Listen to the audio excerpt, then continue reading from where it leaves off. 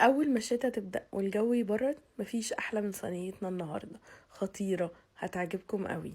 اول حاجة في الحلة او الطاسة على النار هحط زبدة مع سمنة او زيت، وهحط كمان البصل يتشوح، واول ما لونه يغير هضيف اللحمة والتوابل، وهكتبها لكم كلها تحت الفيديو. بحب اضيف فصوص الثوم وواحد حار اختياري، معلقة صلصة، واتنين طماطم مبشورة مع ربع كوباية من المية لحد ما اوصل للشكل اللي انتوا شايفينه. انا النهارده هخفف وهقلي البطاطس بتاعتنا، هشوحها في زيت زيتون لحد ما تبقى نص سوا. وفي نفس الطاسه هبتدي اشوح برضو البتنجان، ممكن ندخله الفرن او الاير فراير زي ما تحبوا، ممكن نقليه في الزيت. وبعد ما نخلص كل الكمية هنبدأ نعمل بشاميل. 3 معالق سمنة مع زيت، وهنحط 3 معالق دقيق، وهنوطي النار. وبعد كده هنضيف لتر من اللبن، وهنرجع نعلي النار ونتبل بملح وفلفل ونقلب لحد ما نوصل للقوام اللي انتوا شايفينه، قوام خطير متوسط.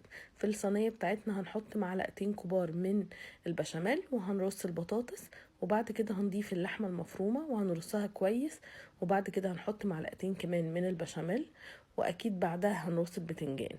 طبعا الكميات دي زي ما تحبوا. واخر حاجة هنعملها ان احنا هنحط بشاميل من فوق. حطوا بقى الكمية اللي انتوا عايزينها. وانا بحب اضيف جبنه موتزاريلا وتشيدر مع بعض على الوش، وهدخلها الفرن على درجه حراره 180. الرف وسط. جرب.